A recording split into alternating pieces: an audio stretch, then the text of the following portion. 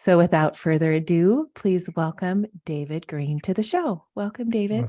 Well, thank you very much. It's a pleasure to be here. And you're coming all the way from Israel, which is amazing. And it's 10 hours ahead of me. Is that correct? 10 hours. Right. 10 hours ahead. You're at 10 o'clock at night and I'm at noon Pacific Standard Time. And I tell tell you like I'm not a night person, and I really admire you being able to sit here and talk while I'd usually be sleeping. Well, most musicians are night people. So right. that's the root of my soul is in as a composer, spending all night working on a project of some sort. So right. This is early for me, no problem. Right. Well, okay. I've told you before we hit record that I've really enjoyed learning about you and going down your, all the books that you've written, your story, where your childhood and where you really discovered. To uncover your magic is, I always, when I named the podcast, I was like, everyone has magic, but when do you uncover that? And when I look at David Green, I think like my daughter's 16. And so I'm listening to you talk about when you were 16, between 16 and 18, and where those were years of like really discovering, like, what do I want to do? What's interests me? The music is always interesting me, but you had a moment there that I'd love for you to go back to and even talk about your mom and when she made you that cup of tea, because that was such a cool metaphor. I loved that whole thing, but definitely go to the Grammys and, do that whole thing. Okay, sure. No problem. I grew up in Toronto and I was very, very involved in the music industry. And as a composer at a young age, I really wanted to make it big by the time I was 20. It was like 20 seemed like over the hill to me. And I felt like my whole life was sort of compressed within a short period of time because I was like running so fast after some sort of dream of what I wanted to become. And I became very disconnected from myself in that process because it all became very external rather than an internal journey. The external journey was to fulfill this artist personality who did not have to compromise my artistic integrity to make it big in the pop business.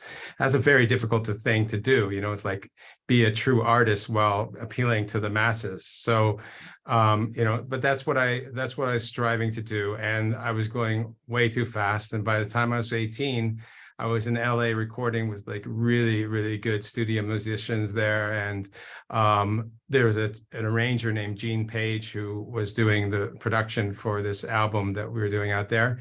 And he was nominated for a Grammy and he wasn't available to accept it. And he was somewhat amused by what this 18-year-old, how's he making it in the business so young and everything like this. And so he said, David, why don't you go accept my Grammy on my behalf? And I said, wow, that's an amazing opportunity, because when you look successful, then other people think you're successful and they want to meet you rather than me chasing them. They chase me, So right. I thought, well, what a great opportunity. And but what happened was he had me picked up by his limo and I rented a tuxedo and I'm heading down the highway in LA and I'm feeling really, really nervous. And I'm like praying, even though I didn't really believe in God, I was like praying that he should lose so I don't have to go up there and be completely embarrassed by making a fool of myself, like forgetting his name or something like this. I was really, really nervous. So thank God he didn't win, but I was invited to this major event afterwards where all the celebrities went, all the big artists went. And there was one guy there who actually fulfilled that dream that I described of being a true artist who was really successful in the pop market. And when I saw him, he was like, there's my God in front of me. He's like my idol. He's everything I'm striving to be. That's what I'm running so fast. What I've been disconnected from myself, I've been running after being him. And he looked to me very depressed and like worn out and just like as a very unhappy person, not just that he was depressed at the time, but he looked like a very unhappy person. And that I had this flash in my head that why am I running after being him when he doesn't seem to be very happy? I should be running after happiness and use my music as an expression of that happiness by getting in touch with what's really inside of me. And that realization was not like so clear as I have it now. Now I understand what I was going through, why I had this intuitive sense that I had to make some major changes in my life. So that even though it's somewhat calculated, there was this a flash of clarity that I had. And I think we all have different times in our lives where we can, these flash of clarity is like a gift from God to us to give us guidance in life.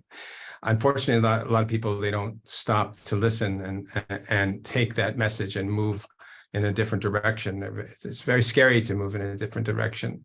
But for me, somehow it just like, it was so vivid that I had to turn around and go 180 degrees. And I went back, decided, you know what, I've never been a kid. I never went to college, maybe that's part of the growing experience I should go through. So I went to Bloomington, Indiana, where they have a really good music school there, and studied music composition for about 3.5 years.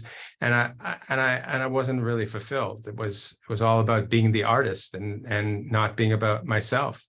So I decided that after exploring my Jewish identity and my religious identity, that I was living a very hypocritical life.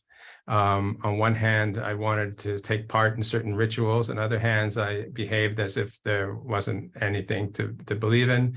And I decided, rather than living on the fence for the rest of my life, I would get up and go to Israel, where I could find myself. And I went through this incredible process, being in an environment where there were so many people who were soul searching and questioning and attacking the rabbis in what's called the yeshiva, where I studied.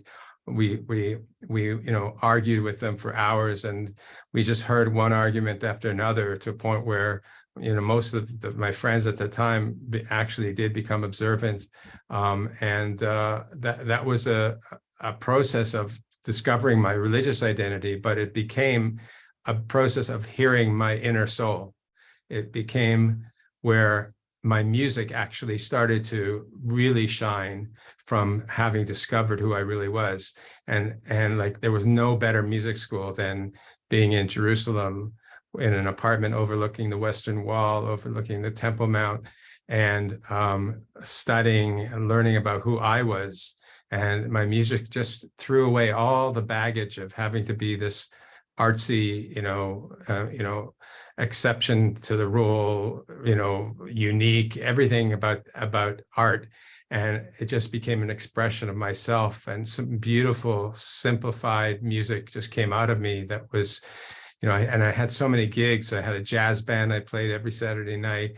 I started playing on different albums, piano. I started writing for various educational projects that needed soundtracks to them. And it was just an incredible experience of self-discovery that ended up fulfilling my dream. What I was running after so much before, it was actually transformed into an internal journey that I call Journey to the Real You. Right. And that's the title of my first album that I put out about 8 years ago. Let me go back here, because when you were saying you were praying that you weren't going to be, that was like weird for you because you weren't religious. Right. And then you go to college, and there was something in college where you were doing it, and then you go to this ditch and you lay in the ditch. Okay. But what I'm trying to get to, David, is all of a sudden you're like, I'm going to go seek in Israel my heritage, my Jewish, how do you go from, I don't believe in anything, to, now we're into college, because that's what you feel like you've missed out on your, like the stages of your life journey, because you went straight into music. Where does that pivot come in? I'm by nature a truth seeker.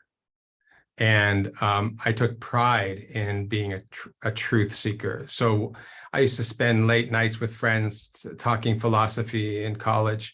And I remember taking a class in existentialism. And I remember the professor being like really convinced of each of the various philosophers that he presented, but they contradicted each other. And I felt so like, how come he's so convincing about this one, and then he's convincing about the next one, and convincing. There's I just want to know which one's true. I'm not, but he was a great teacher, very animated teacher, but there's got to be something that's real behind all this stuff. And I found myself in looking in the way I expressed myself that in many ways I acted as if there's no God in the world. In many ways, I was very bothered. Like when I went to the services on Yom Kippur and on campus, they played cello on stage for the Yom Kippur services. And the way I grew up, that wasn't allowed. You don't play musical instruments on Yom Kippur. And I was bothered, and I left. And then I like had this sort of insight, like, why am I bothered by the cello, but I'm not bothered by my other behavior that is contradiction to my religious identity. And I felt myself living on the fence. And there's no place that's more uncomfortable than living on the fence, because you're always torn apart by voices going in different directions. And I felt that I needed to resolve like what I believed in, so I could either go one way or the other way, but not live on the fence, because I just wanted what's called inner peace. And we say, when we say hello to someone in Hebrew, it's shalom, which means peace. And what kind of peace are we talking about? Inner peace, where the body and the soul are speaking the same language, where you're not being drawn in many different directions at the same time, but rather the voices inside are actually agreeing to work together. That's inner peace. So when I was in college, I had no inner peace. I was just flying all over the place. And thank God I knew that I needed to work this out. And it got me on a plane. And that's what took me to Israel. Wow. And so when, okay, so you get to Israel, there's some person that was doing a report that there is no God. Right. I have a friend he was like the first one to become religious. He did a thesis in college, there is no God. And that made it easier for all of us to ask the questions, because he had all the arguments against it. So we just watched him ask questions, and the rabbis would knock down one at a time, all these various arguments that were part of his thesis. So we had that advantage of having seen the classic arguments being refuted. So that gave us all that reinforcement for us to continue the journey. What brought you to the ditch?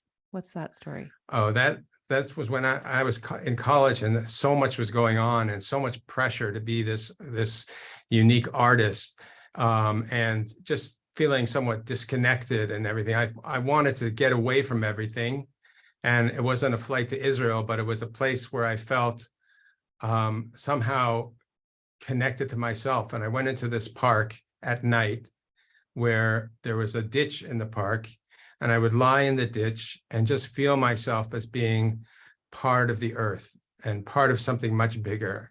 And my ego was allowed to escape, and my worries were allowed to escape, and various demands on me academically, musically, just in terms of performances and all the things that created tension in my life just sort of dissipated as I lied there feeling like I was one with the earth. And I didn't understand what that meant at the time. Now, of course, it's feeling connected to God. It's connected to the unity of God. The whole world is ultimately one. And I felt myself actually living the verses. It talks about us coming from dust of the earth and returning to dust of the earth.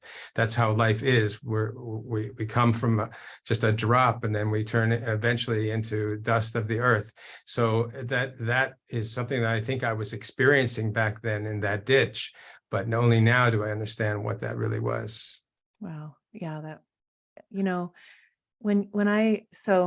I'm a mother, and I know you have 8 children and 16 grandchildren.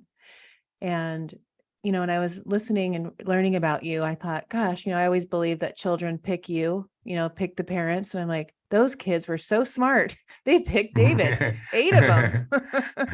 Like that just, because I look at my life, if I found you when I was a teenager and understood my soul and understood like, I want to definitely we need to get into the soul, because I talk about that a lot on this podcast. And when I start to go down this trail with you and explaining the divine soul and animal soul, there's so many different descriptions of for people to understand what a soul is and how you make decisions, from the toothpaste tube. I'm looking at you describing something, because I really want you to go into this, because my husband's the kind of guy that has to have the toothpaste all the way to the top perfect, and when you're explaining that part of that personality of the soul. Right. And I'm the one that's like, oh, it doesn't matter.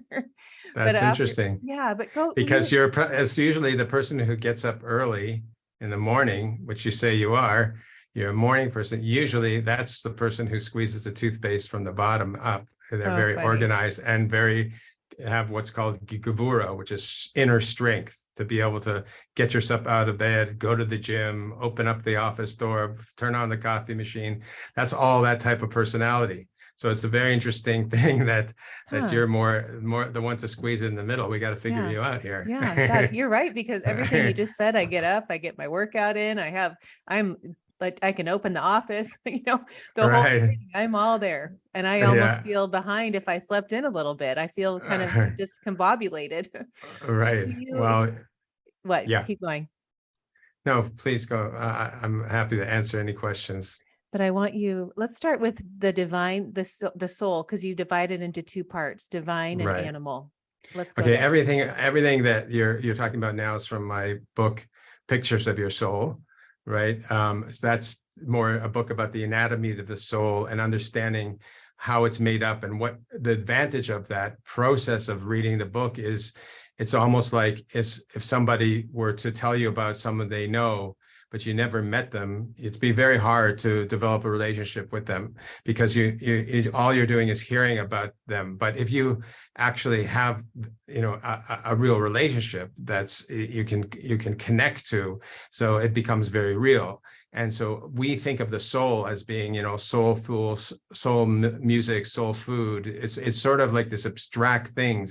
But the more we read and learn about what the soul is, then we can look inside and say, that soul isn't a stranger anymore. You start to actually feel connected because you're learning about what's going on inside. Sort of like when you're learning about physical anatomy, if you know what's really going on inside your body, it's an amazing thing to think of this fantastic machine that's going on all the time. And you can be in awe of that. Well, we should be in awe of the soul as well, because this is what's our life source. It's the essence of who we are. So the basic anatomy of the soul is that we have really 2 souls. One is what's called the divine soul, and that is precious, pure. It's not affected by the mistakes we make in our life. It's actually the basis for true self-esteem, by knowing that you have a divine soul that is actually perfect. It's made in the image of God, and it's a beautiful essence of who you are. And that's something to try to constantly be aware of, because you have no right to criticize yourself. I have a class that I teach called "I'm Such a Jerk: The Art of Self-Destruction," because we have laws in Judaism about that we're not allowed to speak negatively about other people. And people think, well, that's right about other people, but I can knock myself down and say I'm such a jerk. But no, the reason why you can't insult other people is because you're insulting God's creation, right? He created that creation. You have no right to criticize. You have no idea what challenges that person may be going through, what they went through growing up. Maybe they were abused or whatever it may be that causes them to behave in a way that you don't like. It's not your place to be criticizing them. And they have a divine soul, just like you have a divine soul. So if you look within yourself and you know that there is this precious jewel there, So then you can, or you would say magic there, right? There's this precious magic that's always shining inside. So that's a critical part of who you are. But we're not put in this world to be angels. Angels have no free will, and they're actually on a lower level than humans because they don't have free will. And what we have is a physical body with what's called an animal soul in it. And an animal soul functions very much like an animal. And an animal needs its physical body to do all kinds of good things, right? I need a horse in order to get to the place where I can do a positive act to help another person. The horse, that animal, is doing a very positive thing. But if I'm the rider of the horse and I'm in control, that's great. But if the horse takes control, then I'm out of control. I'm going to go only after very beastly type of desires, and I won't have a sense of fulfilling my ultimate divine, purpose in this world, because the animal side is there to try to take me off course, and by choosing to put it back on course, then I'm elevating the animal as well. I'm lifting the physical body. And that's why in Judaism, there's so much emphasis on what we call the commandments that are involving physical things, right? We have a Shabbat meal, which has, we have to have bread and wine, and the best food that we collect throughout the week should be on the Sabbath, because we're elevating the physical world through spirituality. So too, when a couple are together intimately, so that's considered like the Holy of Holies, right? A healthy sexual relationship with my wife is considered a very holy thing, because I'm taking the physical and I'm elevating it through the relationship, which is very, very much encouraged and it needs to be bonded through that relationship. And therefore, the animal part of us is very good if we are in control of it and using it in the right way. Otherwise, it takes us off course. And there's idea that there's the divine soul and the animal soul are like two kings that are battling over your body to try to win territory. So what we have to do is we have to be strong and learn what I call spiritual self-defense, which is learning all the various voices of the animal soul and identifying them right away and learning how to respond to them, and developing that same sense of dignity by allowing the divine soul to be the thing that is in control rather than the animal soul. Right. You talked about the Karate Kid as an example of spiritual defense. Yeah. And that kind of would help people understand, because when when I was thinking of the animal and the divine, because I had never heard that before. And, I have dogs, and you're talking about I was listening to something like, because I always think they're little souls, and I look at their eyes and I'm thinking they're on their journey. Is it, the spiritual defense you're not fighting. It's not like the ego versus, but how do you describe that? Karate Kid is like doing that. Well, the Karate Kid he's like washing a car. There's one scene in there, he's washing a car and he doesn't understand why he's being told to wash this car. But what he's actually doing is he's developing like one move at a time, developing a sensitivity, an ability to respond by having, one move at a time. But what happens is that's an equivalent to a punch, let's say, right? Like you have to learn how to punch in a studio, often with mirrors there, so you can see how your motion is, and make sure that you get that punch really, really good and practice it over 1,000,000 times until you own that punch, right? And then you learn how to kick. And then the kick you have to learn by doing it over and over again until you own that kick. And then you start connecting modules where you have, punch, block, kick. And you do that over and over again. And that becomes then your like vocabulary of self-defense. It's there for you. You can't wait till you're in a dark alley and someone's attacking you and say, well, what did my teacher teach me in karate class? There's no time for that. It has to become a part of you. Right. And so our development spiritually is doing the same thing, where we have to develop our response to the animal soul by building the modules, so to speak, to be able to know, I'll use an example that's more relatable. If somebody's on a diet, right? So they know that if they pass by an ice cream store, they're going to be very, very tempted to go in and start the diet the next day instead, right? Right. So that person should know that that's their vulnerability. So if they're going to walk to an appointment that's about 3 or 4 blocks away, they have a choice to go the shorter route, which has the ice cream store, or a longer route, but they won't be tempted by it. So a true strong person is somebody who says, you know what? Right from the beginning, I know to go the longer route, because that way I won't be pulled into the ice cream store. In our lives, we rationalize all kinds of things that we know are not good for us. From a spiritual standpoint, they're not good for us. And yet we allow ourselves to rationalize to go do them. And we get pulled in and we fall. And then we say, well, how did I fall? Well, you allowed yourself to fall because you didn't use your spiritual self-defense by knowing the moves that have to be implemented in order to protect yourself from that type of fall. Right. Yeah, I love that. When you you were talking about primary colors, that there's 3 primary colors. Is that part of the same book? Are we going No, into that's the part other book? of that's from a book about you, and Okay. a book about you is about individuality and spiritual awareness. And there's this, actually back to when I first was becoming religious, I was very concerned, like my artsy side was speaking out saying, hey, you got to be careful because all these people are doing the same thing, right? There's so many people and they're all fulfilling these commandments, and it seems like their lives are now all dedicated to being the same.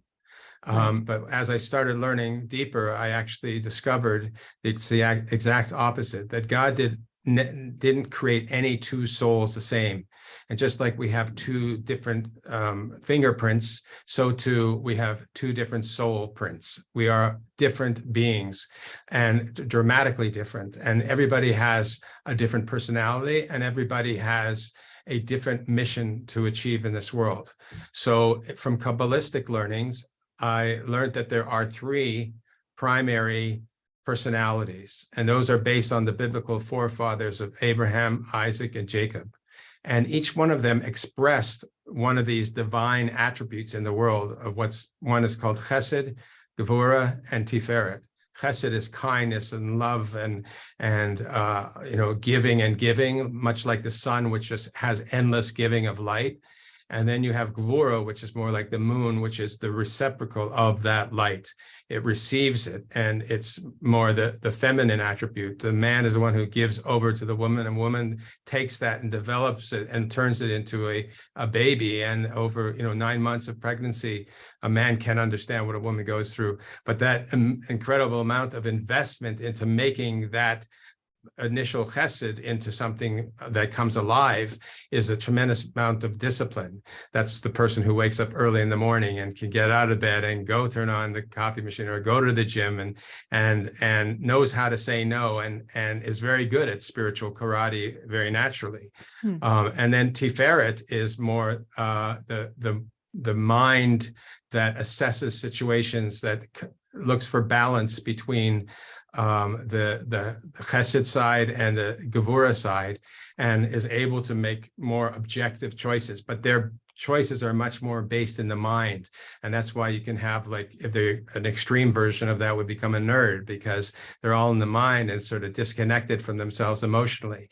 That's only when they become too extreme. But the positive expression of that is that they have, and it's not that they're smarter, but they're more mind-based, they're more intellectual-based. Like Albert Einstein apparently used to go on a boat in upstate New York, and they used to have to go find him because he lost, no pun intended, all sense of relativity, right? Right. He lost his way because his mind was so busy thinking about ideas, abstract concepts, that he didn't know where he was.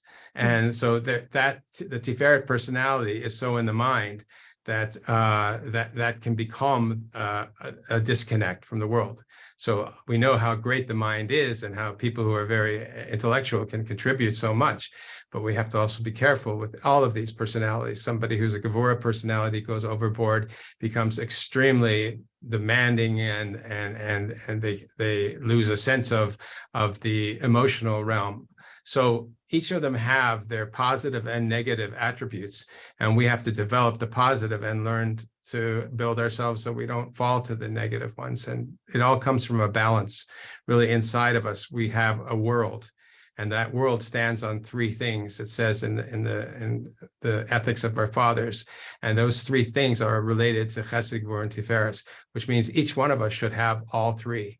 But by knowing which is your dominant personality, that enables you to grab that, enable you to express yourself from a place that's really who you really are.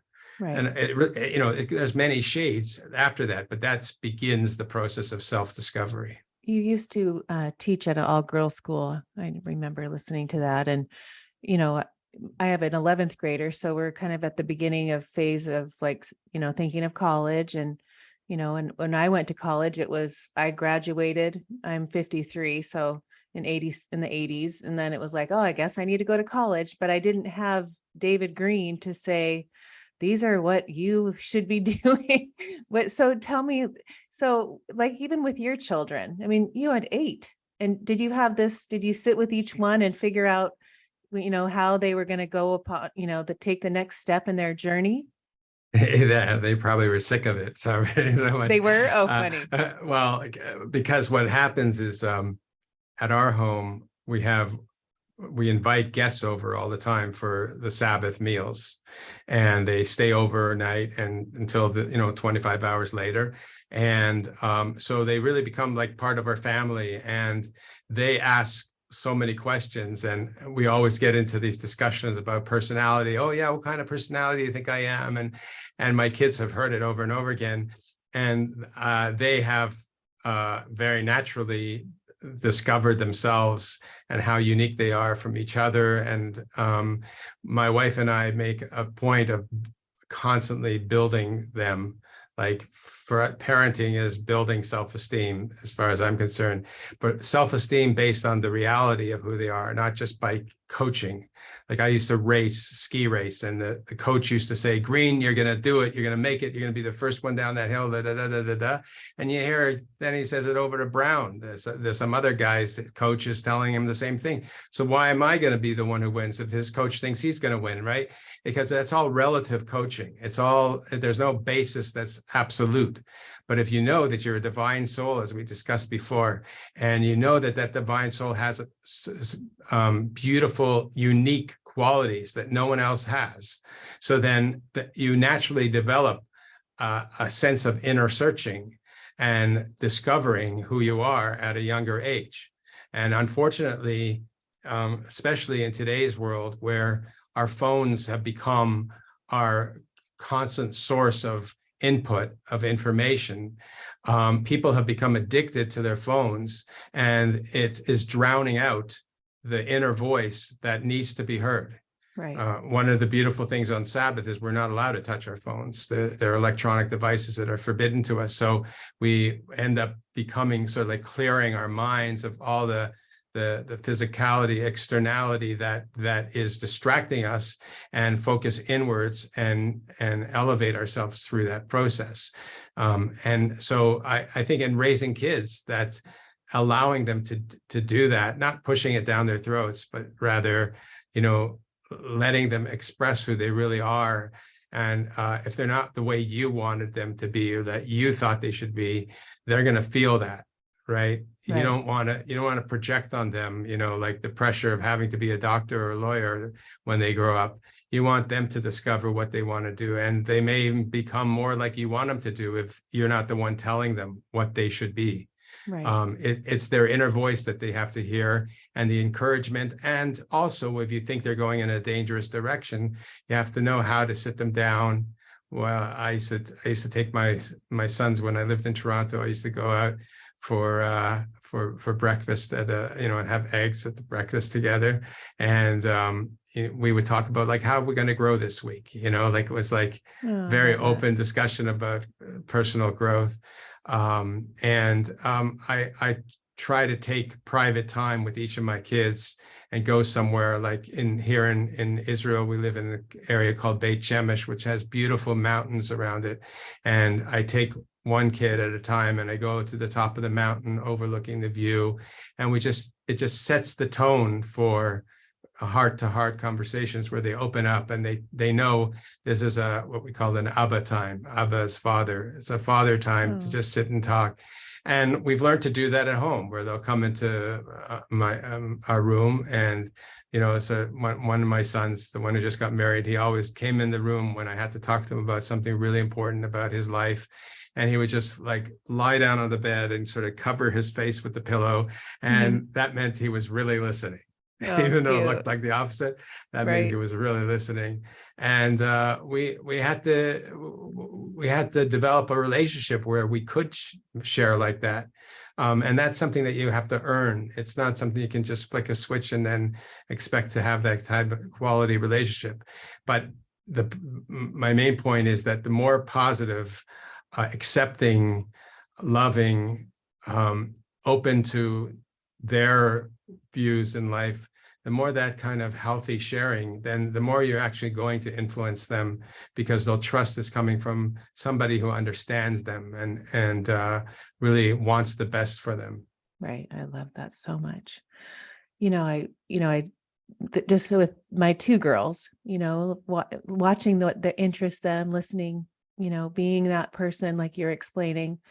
And, there's no plan. It's just, let's see where your passions lead you, what interests you. And, it's like, and it's so fun to talk, and we have great conversations in the car. And, I just cherish those moments of, them discovering something that lit them up, and they didn't realize that something like that would light them up. And we're speaking of that, and I'm looking at your candle, but there's so much more I want to get into this book, this Real You project, about the candle and the soul, and how you're looking within, you do a selfie. It's a picture on the cover of your book. It's a Right. selfie of the candle looking at you, and you're looking at a candle flame. Right. Because that's based on Proverbs. It says that the soul of man is the candle of God. Right. And a candle is very similar in terms of it's the way it operates to the soul, because the candle is connected to a physical wick, and the candle, on the other hand, the flame, wants to keep rising, and it almost looks like it's unhappy. It doesn't want to stay connected. It wants to leave and go up to a higher place. So the wick is there and keeps it down, and God created that candle in a way where it won't escape unless it's extinguished, but it's not going to rise up and leave the wick. Same thing with our soul is connected to the body, which is the wick of that flame. And it's constantly rising up. Our soul, that divine soul, always wants to reconnect with the Creator. But the Creator says, no, you're not here to connect to me in an ultimate way yet. You have a life to live, and you're supposed to connect to the physicality and use the physicality and lift yourself up and lift up the physicality together. And that's the candle waits until when we're finally pass away to actually go up without the body and reunite with the Creator. Right. What is the purpose of the soul then? Why do we choose to come into this body? Well, we don't actually make the choice. God makes that choice for us, but he makes the choice so that we're given the opportunity to elevate the soul. The way we elevate the soul is by working together as a partner with the body, like the animal soul, as I described before. That by making those choices, it's sort of like, I'll describe to you a scenario of two different types of experiences, and you'll see the difference in terms of what we're trying to achieve. Let's say somebody is sitting down to a really good burger from their favorite burger place. And, when the burger comes out and it's sizzling still, and, it's ready to eat, and you've already told them all the toppings to put on it. And you are excited about that burger, and you bite into that burger and you enjoy the flavor of that burger, and it's a fantastic physical experience. But what happens while you're doing that, you heard somebody else outside that was choking, and you put down that burger and you run outside and you do the Heimlich maneuver on them and you save that person's life. Okay. Now, 10 years later, if you think back on which is going to be a more memorable experience, the burger or saving the person's life, there's no comparison, because you Right. can still feel the pleasure of something which is spiritual. Saving a person's life has an eternal effect. It's something that you did that's spiritual. So when you live in this world and you do activities that are connected to the soul, they live on. They accumulate in your soul and elevate your soul, and they go with you into the next world as well. So you can't do that like an angel. The angels are stagnant, but we are able to lift ourselves up. So by being put into the body, we're given the opportunity to elevate the soul itself, which is the essence of who you are. So every lifetime we come in, that God chooses us to, tells us to go in, or what puts us in a body, we grow our soul, and that's our main mission, is why we are in this body, to grow it. Right, to elevate it. Once we die, that soul has expanded because of being in this body. Right, it's been elevated, hopefully, by our Elevated. activities, right. And it's now when it goes to the next world, it'll experience the spirituality on a much higher level, because it's sort of like if you are used to light, right, then when you go to a place of greater light, you can open your eyes and not be blinded by it, right? So the more you actually connect yourself to spirituality in this world, when you move to the next world, you're ready for it, and it's not too bright for you. So the more you elevate yourself here, that really means becoming attached to your spiritual essence, more like it's sort of the opposite. When God created the world, he shined a very bright light into this world, but he had to put it through filters. And those attributes of Chesed, Gvura, and Tiferet that I described are actually those filters that bring the light to a darker level. And that's like putting on sunglasses. And when you put sunglasses on, you actually see more, not less. So the filter is actually enabling you to tolerate a higher intensity of light. So similarly, when we are in this world and we live a life that's more spiritual, then we move to the next, which is very bright. We don't have to squint our eyes to enjoy that spirituality. We're actually elevated into a place where it's a natural place for us to go, and we can enjoy it much more. Where is that world? Where is that world that you're talking about? Well, it's hard to say a destination, a location. We say higher, we don't mean physically higher. We mean that it's a place that is experientially closer to God. It's experientially. It doesn't mean God is everywhere. So it's not like, even though the flame is going up, that's only signifies up in spirituality, not in physicality, because God is one. And therefore, it means that we are going to be in a place where the blindness of this world, where it's very hard to see God in this world, where most people don't actually open themselves up to seeing God in this world. When that shade, that blindness is lifted, right? So means you're closer to God. You are closer because you are able to experience God in a greater light. That's when he will be more revealed, so to speak. But in this world, it's a place of darkness. And we have to light up that darkness, and we have to try to not let the physical world block us from experiencing our spiritual entity, the identity that's inside of us, that soul that needs to shine. And once a person has decided that's what they want to do with their life, then it's a fantastic journey, because you get to utilize all the various challenges in life as a spiritual experience. Things that seem like negative experiences actually have tremendous positive potential within them.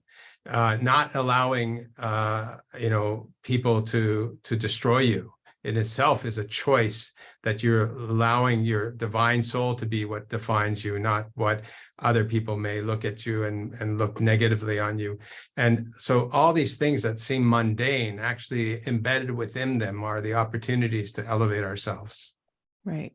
So our soul, as it elevates, as you say, are we coming back? And do you believe in keep coming and back into these human bodies? And are we always coming back to Earth? And no, reincarnation, yes, we very much believe in reincarnation, but reincarnation is actually an opportunity for somebody who didn't elevate themselves enough in their life. And God is giving us the kindness of letting us come back down again and hopefully make the right choices and elevate ourselves. Now, that doesn't mean that the second time you come into this world, you have to achieve more than you did the first time. It could be that, that someone dies at a very young age, and because they only had a small amount to repair, and they were able to do that within a short period of time. And the people who loved them needed to go through some sort of process of mourning, and that their souls needed that. It's all orchestrated based on exactly what each of us need, and what, and when I say us, each of our souls ultimately need. So if the soul has already been through enough of a cleansing and enough of an uplifting process in this world, it may not have to come back down again. And they would never be like, is it they're elevated so high that they're just, what is the soul's job then at that level? They're not angels. So are they guiding other people that are they a soul guide? How do you? No, the souls are in a world of souls, which is a temporary place. Eventually what will happen, it was what we call the end of days, when in messianic times, we're actually going to have what's called the revival of the dead, which is a time when we actually will be put back in our bodies, but the body will be holy as well, like it was in the Garden of Eden. The body of Adam and Eve were very, very holy. It's only after the sin that we drop to a level of confusion, of being in a place of darkness.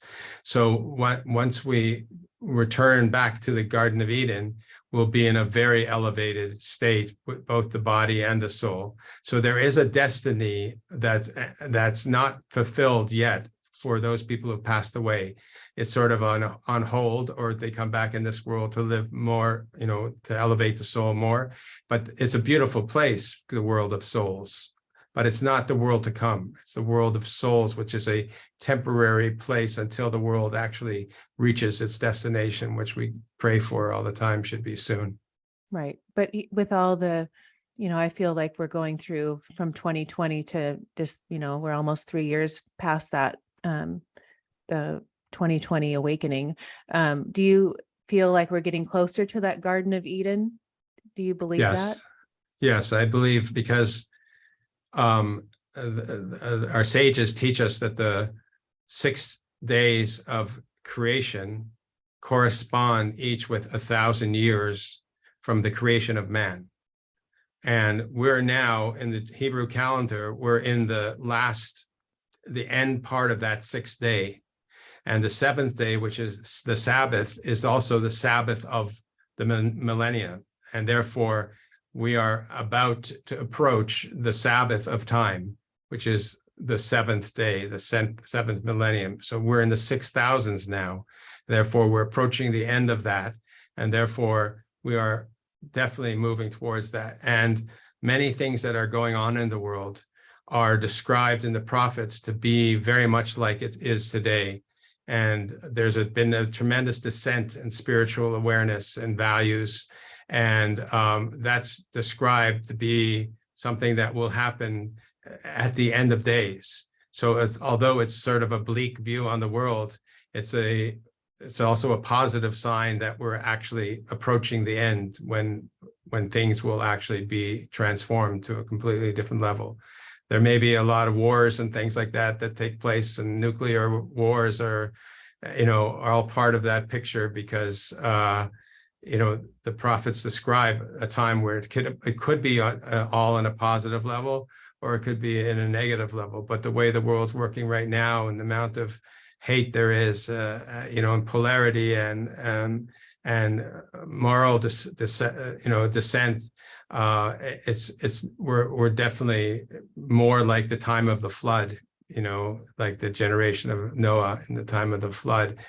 That's when the world was destroyed. We're at a place now where there's all incredible, beautiful people in this world, and everybody has the potential to be incredible. But right now, a lot of people aren't fulfilling that potential. And what's going to make that become more universal? I mean, you talked earlier about there's so many people living in these human bodies that don't believe, in a soul, or, they don't have that, they don't live in that place. That, how many percentage of people that are living like you or I that really see life the way we do? And there's so many people that are, down here that are, I don't want to say down, but, live in anger and, anxiety and, fear and all that. When we get to the Garden of Eden, we're getting closer to that. But how long is it going to take these other people to open up? They're going to have to keep coming down and then expanding their soul, or what is Well, that, David? we can never take away free will from people. Free will is a gift, but free will also gives you the opportunity to make bad choices. So a person may be deprived of a spiritual world, because when I say deprived a spiritual world, a spiritual life, they're being deprived of because they've chosen to go in the opposite direction. And many people have, and there's a lot of social pressure in the world to go in the opposite direction. So you can't sort of twist somebody's arm and force them to choose a more spiritual path. Right. That's something they have to choose on their own. Although God judges very favorably. For example, when you say anger, anxiety, those are things which are part of a package of somebody who has been put into a family that's dysfunctional.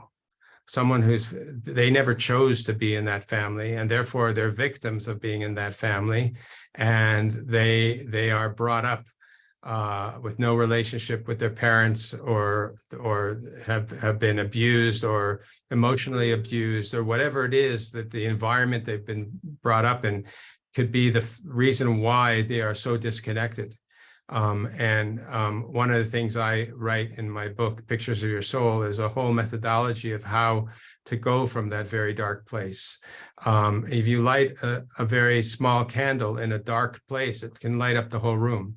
Mm-hmm. And we have to know that we're all suffering from various influences of the world around us.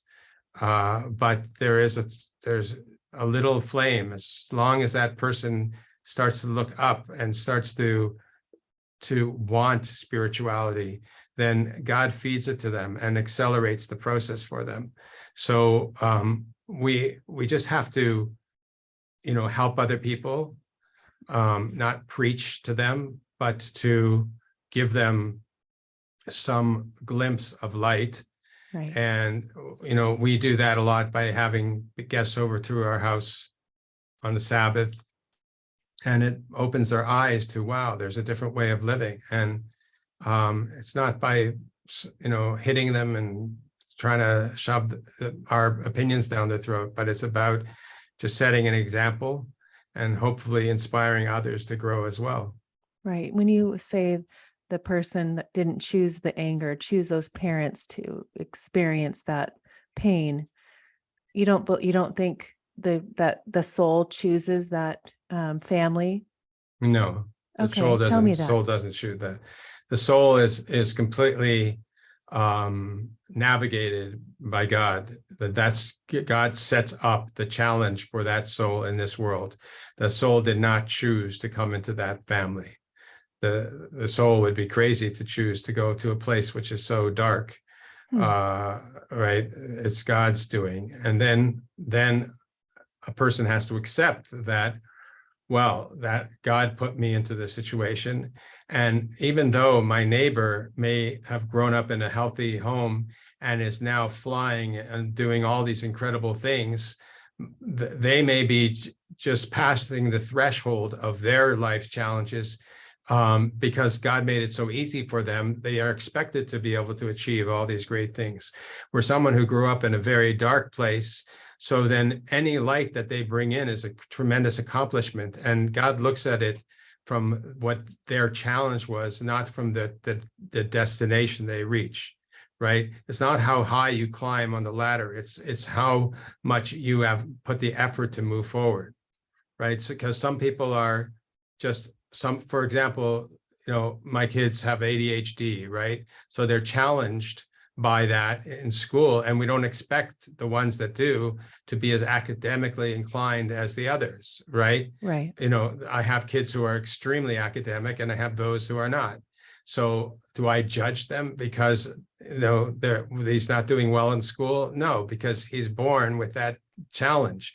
So when I see he's working hard, and any progress they make is considered an incredible thing because they're actually fighting through that challenge. So same thing, as God puts us into a family that's very, very difficult. So he's not going to look at, say, well, why didn't you achieve what this other person achieved? No, you achieved in greater things, perhaps because you did it from that place of darkness and you lift yourself up. And that's all his design. It's not ours. That's his design. Huh. So you're the first person on this show that has explained it that way. And so when you explain God chooses, he's in charge of all of our souls. He's he's orchestrator. He's the orchestrator. So he's putting me in this family with my mom and dad and my sisters. And he has the intention of what I'm supposed to learn by putting me there. Right. He is giving you the opportunity to make the right choices and the wrong choices. And he loves you, so he wants you to make the right choices, but he can't make you make the right choices. Otherwise, that won't be your choice if he makes you do it. So therefore, he gives you the opportunity, and he gives you various hints along the way, like I had when I was at the Grammys, right? That was a hint along the way to tell me to turn around and go in a different direction. And we all have those hints, but we can do better than that. We can, if we take interest in growing, then the world opens up for us. It's just the fact that you're asking these questions means you want to grow. You want to help other people grow. And that in itself has enabled you to see so much more than if you were just a person like following the patterns of everybody else around you. It's only when you actually start a searching process on a more conscious level that there's tremendous amount of resources out there. There's great books to read. There's tons and tons of videos online of people who are very educated that can help you grow and grow. And that's just a matter of making that choice and working on yourself, developing your spiritual karate techniques. All that put together will make a person elevate themselves from wherever they started. They can continue that process from there. Wow. But you, on the ending of this amazing hour with you that goes so fast, describe what the Garden of Eden is going to look like in your mind? Well, the Garden of Eden looks like it was when God created it in the first place. We were kicked out of there because we needed to do what's called a tikkun, which is a repairing of the soul that was necessary, and that before that we didn't have to work for a living. The garden was all. Everything was available to us. Even they say that the bark of the tree tasted like the fruit itself. Everything was completely prepared for us, and the soul was able to glean incredible light from the surroundings we were in, and therefore was constantly elevating and experiencing godliness. That's the Garden of Eden that we will be moving back to. A place of tremendous spiritual bliss, but it's not in this like autopilot place where we just are bored with all this just spirituality. Real spirituality is never boring. It's an experience of the soul being fueled with what it really loves the most, and it's constantly, it's like the relationship between a man and a woman, where God created Adam and Eve, that became like the opportunity to feel selfless love. And that selfless love is something that can constantly grow and grow and grow. You don't say, well, we got there, so there, what are we going to do now? No, it's Right. something spiritual, and therefore it's always being provided for us. So similarly, the spirituality in the Garden of Eden will be always, well, we won't go, well, what now? No, there's always more and more and more to glean from that experience. Right. Oh, I love that. Oh, David, you've been just such a I've really enjoyed it. Thank It's you. like, thank you for reaching out to me. And I know there's no coincidences. And I know that you came into my life at this time for a reason for me to grow even more. But what would be one thing that you really would want to, that I didn't ask you, or that you would really want to share today before we end and tell everybody how to find you? Well, I highly recommend people to read my books, because a book about you, I spent about 30 years teaching over that material to real people. And I have years of experiencing watching people grow and finding their spirituality and finding a much happier way of life. And my goal is to try to help other people find that happier way of life. So if people read it and take the time to absorb the ideas, I believe it can transform their lives, as it has for many others in the past. Same thing with my new book, Pictures of Your Soul. It's like I mentioned before, like if you read it, you start becoming familiar with your essence of who you really are. Then you start looking at the world from a spiritual standpoint, right? If you know you're a soul, now you're a soul looking at that beautiful sunset. It's a very different experience if you know what you are, not just who you are. Yes. So it's a very important part of your whole perspective on life. Everything transforms when you actually feel that connection to who, the fact that you are a soul going through whatever maze you're supposed to in this world. Right. With you and your wife, I know I'm going to go on to this. Something came into my mind in your relationship, and, you have your 8 children and your grandchildren, and your growth of your relationship. She's different than you. I was listening to you talk about her. She's not she's not creative. It's just fun because you grow together, you have different ideas, and you explain that, and how you feed that relationship. What is your, like, marriage or relationship? Well, what really makes the marriage work, and I believe this applies, to all marriages, is that, and also businesses applies as well. If you are different from each other, that's great, because you're both contributing to building something. Now, what is that something? That's the thing that has to be the same. You have to have the same vision of where you're trying to go in life, the same vision of what type of family you're building. If you have a commonality in terms of the vision, what's the target, then now I appreciate that my wife, who's a Chesed personality, and I'm a Tiferet personality, that she's providing me and my kids and our neighbors with something that I can't provide them with. So now I appreciate her, not feel threatened by her differences, but rather I welcome them, because we as a partnership need both what I have to offer and what she has to offer. And therefore, the key is to have that vision above you. In businesses, you find there's a tremendous team spirit when everybody's clear on what the goal is, right? So that team spirit in a marriage is the vision of what you are trying to create. And that's what the dating experience is like in a religious world, where you're not supposed to have a physical relationship yet.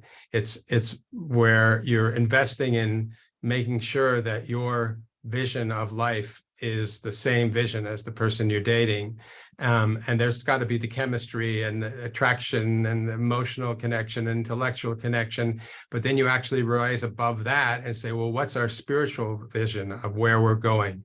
And if the spiritual vision where you're going is there, the rest of it will fall into place much more, because you're working together for that common vision. And therefore it's elevating. It's a spiritual connection that you're developing, not just an emotional one. It's spiritual because it's something above us, not something just within us. It's something that only together can we get there. Right. So, sorry, can I go a couple minutes? Yeah, sure. Okay.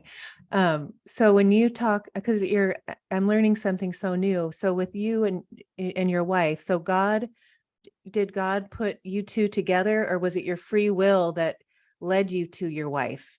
How does that look? The making of a match in the religious world is considered like the most difficult thing. It says, like, even though nothing's difficult for God, but to appreciate the value of a husband and wife coming together, our sages teach us that it was more, every time he puts a couple together, it's more difficult than the splitting of the sea. Oh, wow. That's like, I mean, it's an incredible thing that he does. It's such a high level of taking two people and putting them together, that that's considered like an incredible accomplishment. And therefore we believe very much that God put us together. Now, the problem is that sometimes, yes, free will is there. A person's ego, a person's insecurity. Sometimes people choose somebody who is like their father, who wasn't a very nice person, right, because that's their place of comfort. So they choose someone who's not good for them. God didn't put them together. That person made a mistake and chose somebody based on a weakness that they had. And that's why there's divorce in the world, because there's sometimes, like, there's a whole tractate in the Talmud about divorce, because there's some times where that's the best thing to do, because there was a wrong match made before. So there is, people do make mistakes, and hopefully learn from those mistakes and then find the right one in the right time.